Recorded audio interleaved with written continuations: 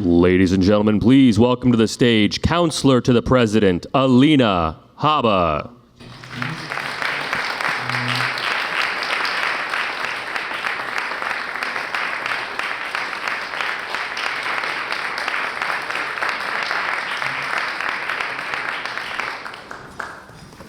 Hi. Thanks, Marissa. Where's Marissa? I've lost her. There she is in the back chatting. Marissa, thank you. I like your jacket. I think I've seen that somewhere before. I should have worn my jacket and wrapped it around here like I did at the Madison Square Garden thing, but I have this speech, but now I'm compelled to kind of go off of it. First of all, Marissa's right. I met her in Los Angeles a little while ago when we did the story of you, and I went through this whole thing and got familiar with education's relevance when I had children. I think that as a child yourself, you kind of take for granted what your parents tell you, teach you, all the tuition that they pay. As my father used to say, who's here today, every year I take a Mercedes-Benz and I throw it off a cliff for your education. It worked out okay, Dad. But I think that that's unfortunately the feeling for a lot of parents. And I am the mother of two of my own and a stepson, all ages from 9 to 17. And I've seen firsthand what they've done in the last administration, the deterioration of our education. I have friends that have children with special needs. I have children who need extra help. I have all of it. And I've seen all of it. And as a mom, I will tell you the scariest thing that I saw that really made me feel vindicated and important when we won and feeling empowered was what the FBI did to parents that wanted to control what their children did, saw, read, and having boys in women's bathrooms, et cetera, et cetera. And I could regurgitate great President Trump's sentiments on that, but I think we all know them and we obviously all agree with them because we won.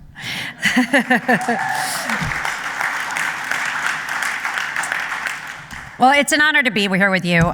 This weekend is honestly more than just an inauguration. It marks the beginning of a renewed promise to America. We're going to shake things up.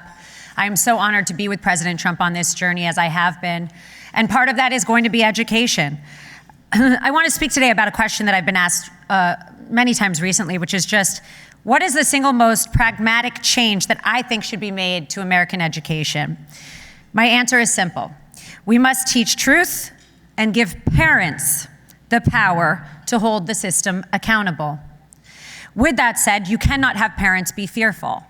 I always say the opposite of fear is faith. I think because of what the Department of Justice has done to some parents, which has been just put on such a platform with left-wing liberal media, fake news, is a fear-mongering. And that has been a constant theme in this country. And we can never be afraid of caring about our children's education. We can never be afraid of speaking up for what is right and what is moral. I know that PragerU is not just about education, but also Judeo-Christian values. I am obviously a Catholic. My religion is important to me, and it is my moral compass. And there is no person that wouldn't be here today putting money behind what they're doing, which is a great cause, if they didn't care about the value of morals. And morals are lost currently in this country, in my opinion. There's been a deterioration of it. And we have to start with that. But unfortunately, that starts at home. And some homes are broken.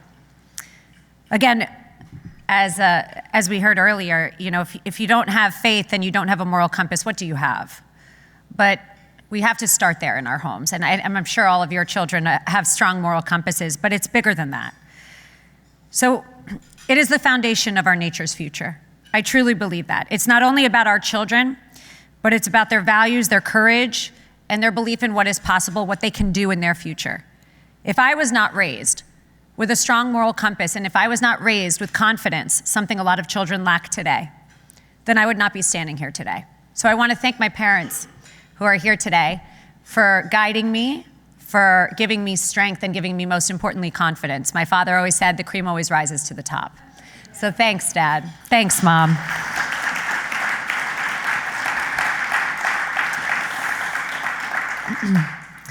So the first important step, I believe, is transparency.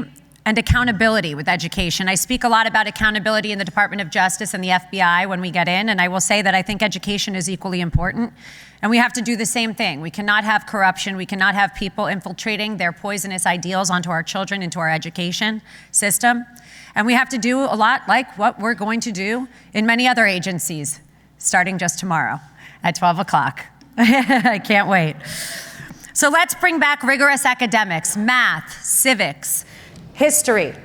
Let's teach the actual history that happened in America, not the modified history where they take down statues and they try and forget the past, because the past is why we are where we are now. You cannot erase it, you cannot amend it.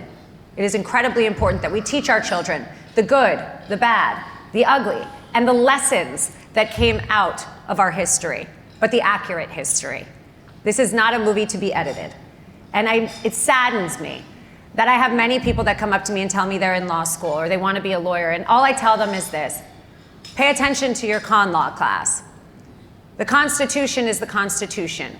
And something I've seen about among my peers, among children that want to be lawyers, girls that come up to me, boys that come up to me and say, oh, you've inspired me, I want to go to law school, is don't forget our founding fathers.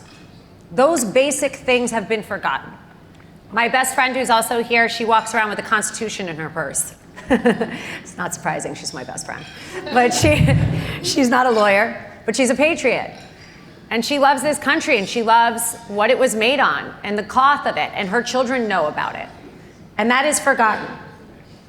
As we bring transparency to the curriculum, we must also restore the accountability, and that means school choice as well. Every family, no matter what income, what zip code, no matter where you are, you should be able to choose a school that aligns with what you want for your children. And if public schools are not delivering on that, then they should have options and freedom to seek better options. Charter schools, private schools, homeschooling. I'm a part of a program and a board of a charity that donates so that children can get out of low-income homes and go to Catholic private schools. But we don't give those children free tuition. We give them half. And we make the parents from these low-income families earn half. And they're in it with us. Because if it doesn't start at home, like I said, then it will be lost. So we will make it better. And let me be clear, this is not just a public priority. It's a moral imperative. We owe it to our children to prepare them to thrive in a free society, to teach them how to think, not what to think, to give them the skills to solve real-world problems and the courage, like my parents did, to stand with conviction. When we do this, we empower parents. When we teach truth and when we prioritize excellence over agenda, we will see ripple effects in every single corner of our society and in all sorts of communities. We will be stronger, a more capable workforce, and a more united America. This opportunity to make these changes is now here. It is here. And the time is now. This administration is committed to restoring accountability and transparency, and I could not be more hopeful that this will mean for our children, for their children, and for the years to come. So as we look into the future, let us remember that the single most important step we take for America's generation and the next generation and the one after that is to reclaim our schools. Let's put parents back in the driver's seat.